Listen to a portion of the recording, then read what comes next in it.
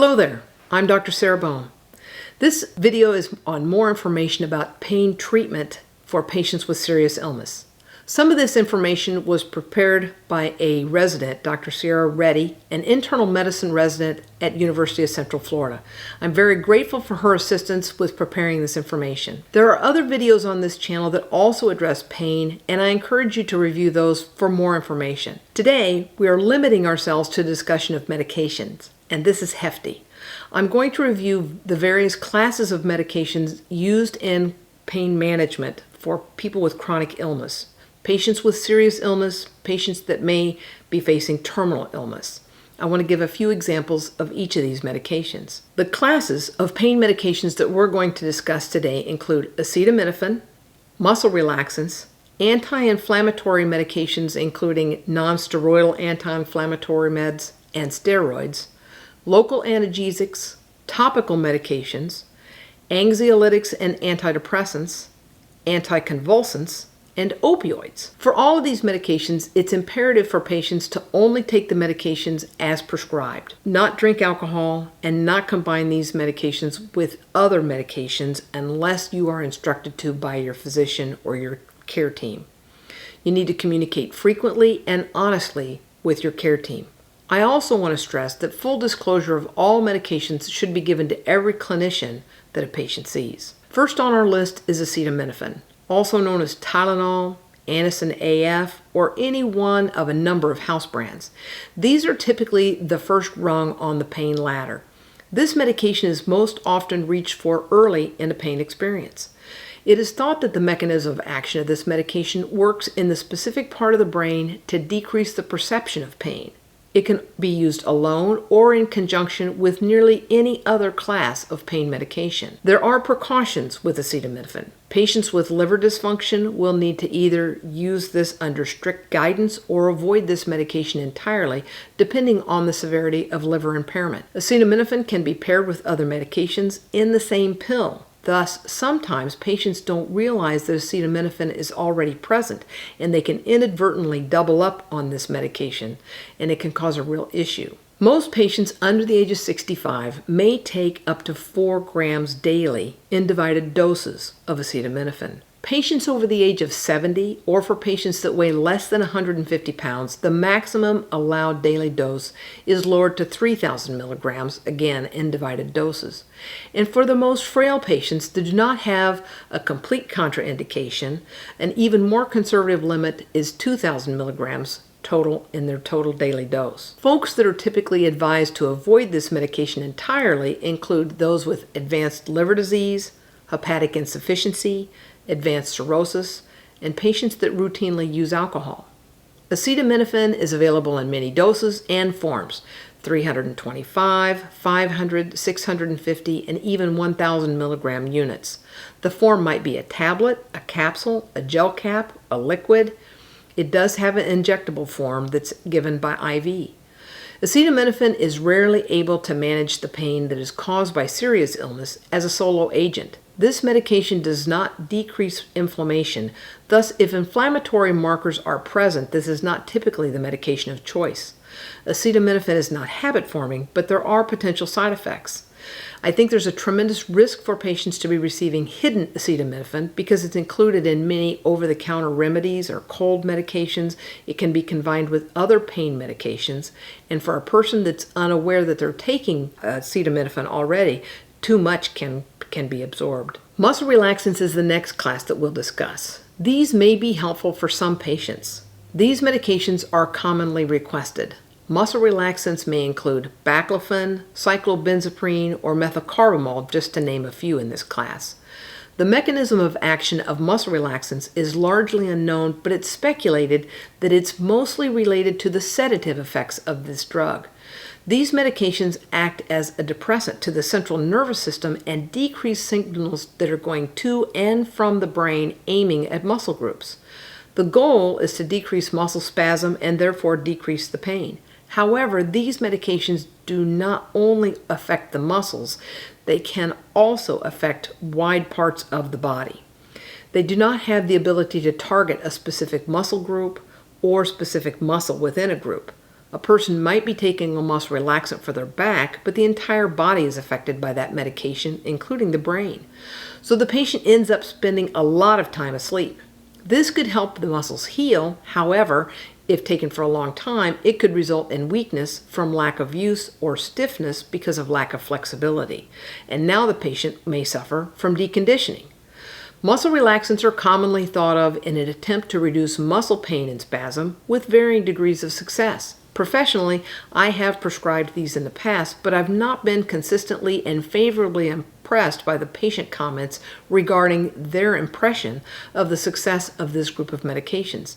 In my experience, many times patients will request these muscle relaxants, take them for a few days, and then contact me to let me know that symptom relief was marginal at best, somewhat inconsistent, and they experienced undesirable side effects. As I said, this medication class acts centrally on the brain, so they are typically not well tolerated by frail or elderly folks, and if someone is unsteady on their feet, it's generally not a good idea.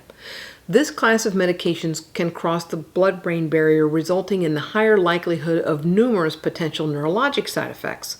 Professionally and personally, I'm not a big fan of muscle relaxants because of those side effects and risks, but I have used them. Some side effects can include fatigue, drowsiness, dizziness, and the sensation of unsteadiness is common. The result could be a fall with trauma and more pain. Other side effects may include muscle weakness, tremors, dry mouth, trouble speaking, trouble sleeping, and in some patients, confusion can occur. These are not a good choice for a person with cognitive impairment, and again, not for somebody that's unsteady on their feet. There have been reports of nausea and headache that have occurred with this medication class, and there is a possibility, although it's rare, for heart effects to occur from muscle relaxants. This medication class is used with caution. When used, we go with the lowest effective dose for the shortest duration, coupled with close monitoring. The class of anti-inflammatory medications is next, and this includes non-steroidal anti-inflammatory drugs, often called NSAIDs, and steroids. NSAIDs and steroids are quite similar with some important differences. Both of these subclasses of medications work by altering and lowering many inflammatory chemicals in the body. Some of these, particularly prostaglandins, are involved with inflammation and pain. Eliminating or at least reducing inflammatory chemicals does provide significant relief from pain due to nearly any inflammatory cause. Not all prostaglandins are bad, though, and there can be a gray area between having too many and not enough prostaglandins. Too many prostaglandins certainly are bad and typically a culprit in resulting in more inflammatory pain, but these chemicals are needed for some normal functions of the body. The nonsteroidal subclass includes a vast number of medications, a long list of similar medications that goes nearly from A to Z. Just to name a couple of these: aspirin, ibuprofen, naproxen, and salicylate. Some of these are available over the counter, but there are many more that require prescription. There are multiple forms available of these nonsteroidals: oral, injectable, and even topical. The recommended doses depend on the specific medication and the specific patient need. In the steroid subclass, we have quite a number as well. Prednisone, dexamethasone, and solumedrol are very common high-powered steroids that most nonsteroidals were modeled after. Think of the nuclear warhead treatment for decreasing inflammation. These are truly powerful and they really do work great. They can be used alone or as adjuncts for pain management because they do such a great job of decreasing inflammation. But they have many other uses that you might not think of. Steroids can decrease inflammation extremely well, but they can also reduce nausea symptoms, decrease swelling from tumor growth, decrease edema associated with maybe an intracranial process, such as decreasing intracranial pressure that maybe is caused by trauma or a tumor, or swelling that occurs after a stroke. They are very commonly used for patients with lung inflammation issues. Sometimes the inflammation might be from a viral or a bacterial infection, or possibly a lung irritant, or other inflammatory processes that affect the lungs or other tissues, including joints. Specific to steroids, these can cause elevated blood sugar levels. For those with diabetes, the blood sugar control can become acutely difficult to manage. Even with folks that don't have sugar problems, they can develop them over time with ongoing use of steroids. Weight gain, fluid retention, and it's not like it's good weight gain, it's fatty tissue that's occurred. It's not healthy muscle tissue that grows. Steroids can also cause mood issues. Some may experience sadness, and others may experience agitation or anxiety. Many can report feeling energized, and some patients will report feeling energized to the point of being frustrated or having difficulty with sleep or being agitated. Different than with nearly every other medication, the starting dose for steroids is typically at a high dose with slow and a careful taper over time until the medication is discontinued or the lowest effective dose possible is being used. As I said, ongoing use causes significant side effects. The medications in the anti-inflammatory class work great, for sure, but that's a two-edged sword and it's sharp on both sides. When any of these medications are used, be it the nonsteroidals or steroids, particularly in older adults, there's an increased risk for side effects. Thus, with as any other medication, we want that lowest effective dose for the shortest duration. The entire class of anti-inflammatory medications has potential side effects, and we're going to give those instructions when we prescribe these medications. Side effects of any of these class medications could be fluid retention, an increased risk for bleeding, increased risk for bruising, GI upset that can sometimes be severe, up to and including the development of a stomach ulcer or acute GI bleed. A large group of anti-inflammatory medications can have a higher risk for bleeding as well.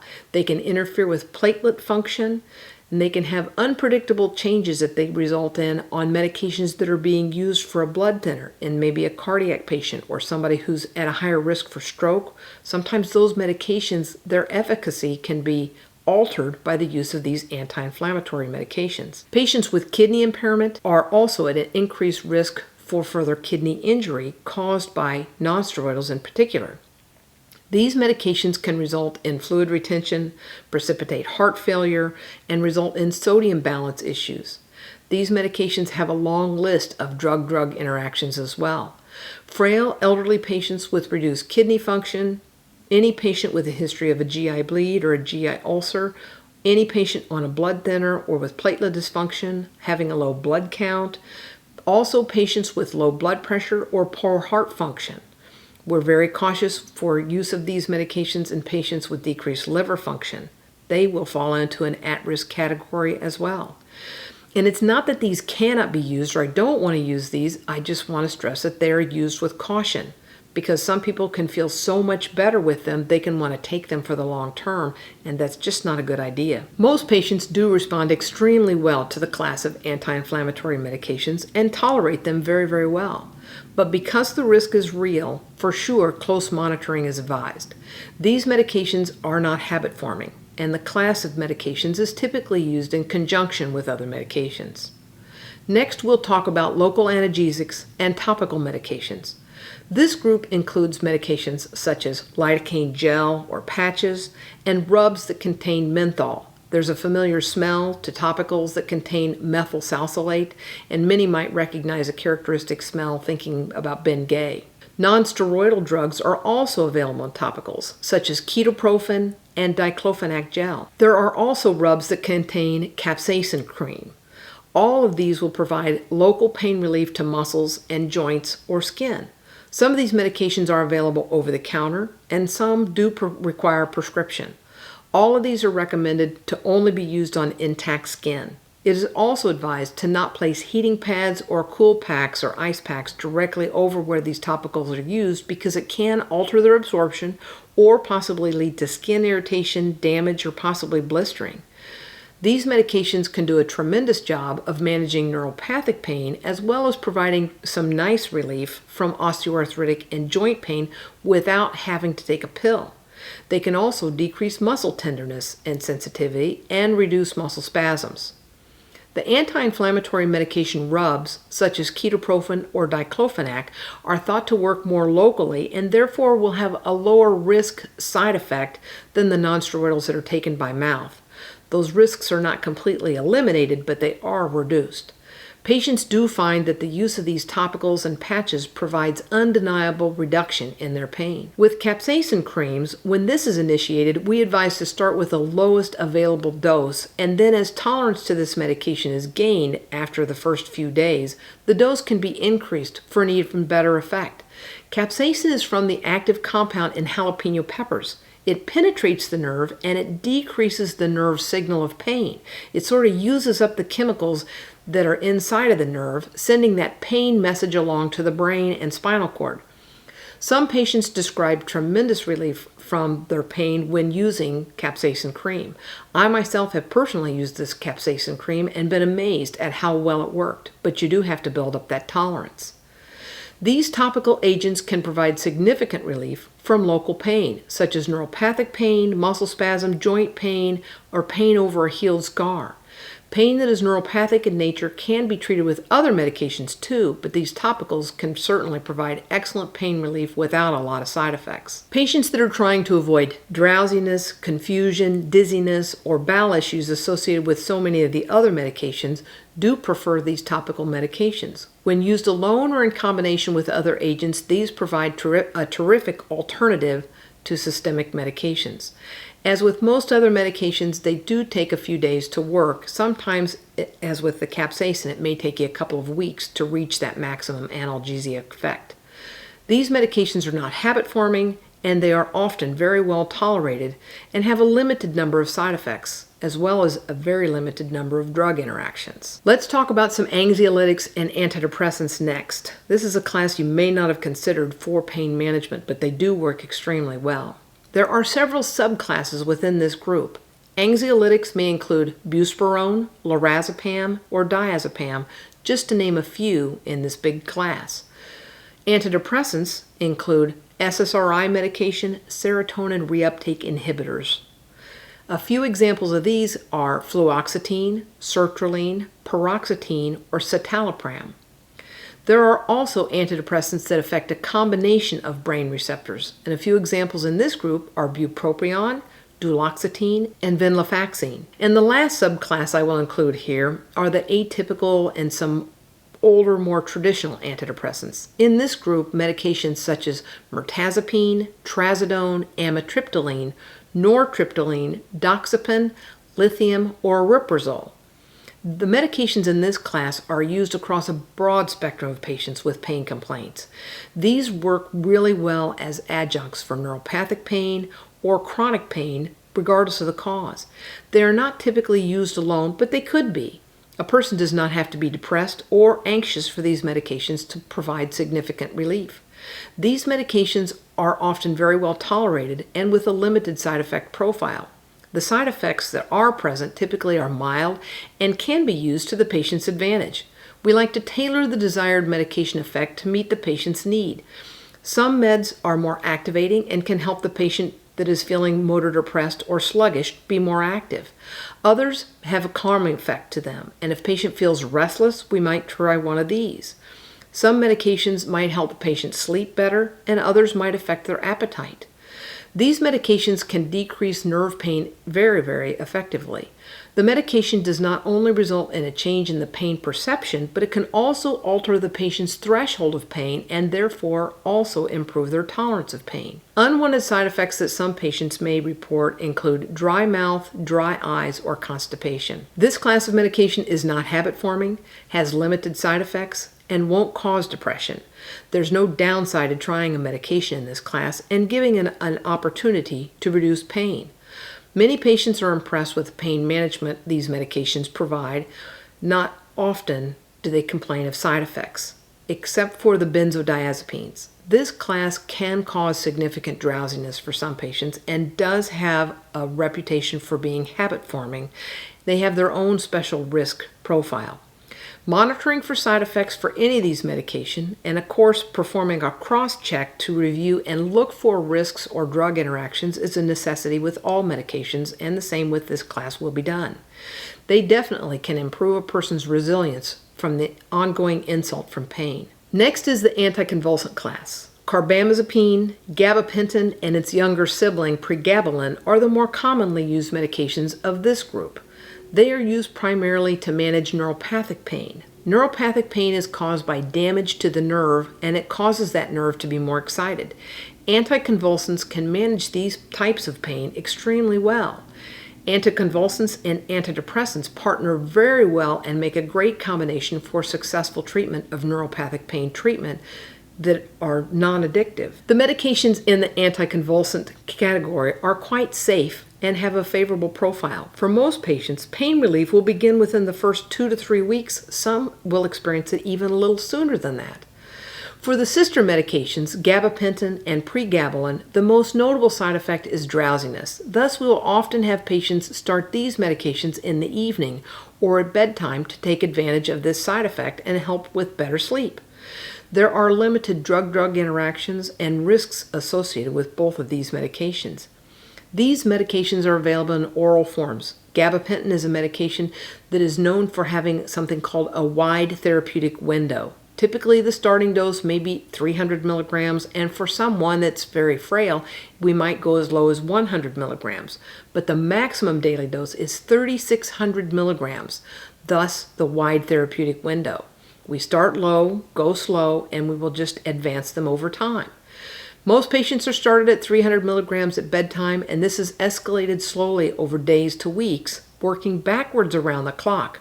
The first dose at bedtime, then the next added dose might be at supper time, then a third dose when it's added, it might be mid to late afternoon, so that they're taking most of those medications in the later part of the day, so it's not going to affect their activity during the day. The most common side effect being drowsiness, but there have been reports of dizziness and fatigue. There's also a potential for weight gain.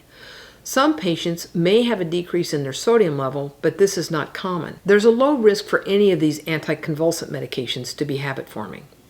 The last class we're going to discuss today is the class of opioids. This class includes morphine, oxycodone, hydrocodone, fentanyl, codeine, and methadone, as well as buprenorphine. Buprenorphine indirectly falls into the class, as well as ketamine being placed here too. Some of these medications are natural products, some of these are manufactured in a lab, and some are semi-synthetic. Tramadol is in this class, but it's not commonly used because of its high potential for side effects and its high risk for drug interactions. Opioids come in many forms: liquid, short-acting tablets, long-acting tablets, injectable, suppository, and even topical forms are available. For children with serious illness or patients with cognitive impairment that are reluctant to accept oral medications, there are suckers or wafers that are available. Buprenorphine is considered a partial opioid agonist, providing certain advantages for a particular patient group. The use of buprenorphine has increased recently as the medical community becomes more familiar with this medication, as well as another newcomer, ketamine. Methadone, long used for patients in recovery programs, is a really good choice for patients to successfully treat chronic pain, as well as some cancer pain patients respond extremely well to methadone. Neuropathy pain can also respond extremely well to methadone. So in some cases, we'll use this across multiple disease states. We can also use it for acute pain, but it's not as common for that. Don't disregard your physician when they're considering using methadone. Opioids are not a first-line agent for pain, but in some situations, they may be the best medication for a patient. They do have a potential for addiction, and your physician and healthcare providers will discuss this with you and your loved ones. Opioids typically treat nociceptive pain. In some situations, they might provide relief from neuropathic pain. Right up front, I want to remind you that because of the risks of these medications, they are heavily regulated. They require a specific license to be held by the prescriber with required regular ongoing educational classes. They can only be written under specific guidelines as established by the government. Face-to-face visits are required, and medications are provided in limited quantities. There are numerous laws that call for ongoing close monitoring of opioid medications. Most opioids are partially metabolized by the liver and cleared by the kidneys. The physician will be monitoring some tests on a regular basis to ensure that the patient is able to metabolize and clear these medications. Ongoing monitoring of the medications is frequent, with the patient checking in with their prescriber no less than once every 28 days. This is to verify how the medication is performing, how it's being tolerated, as well as to watch for potential side effects. Patients in the clinical setting are required for face-to-face visits to be done. Patients in the hospital setting, daily visits are performed. Patients receiving hospice services in their home can be admitted to a community inpatient unit if their pain becomes severe and need for acute management is changing and they need close monitoring. The patient can have medications adjusted without having to go to the hospital and being monitored closely, even on an hourly basis, by the hospice staff of that inpatient facility.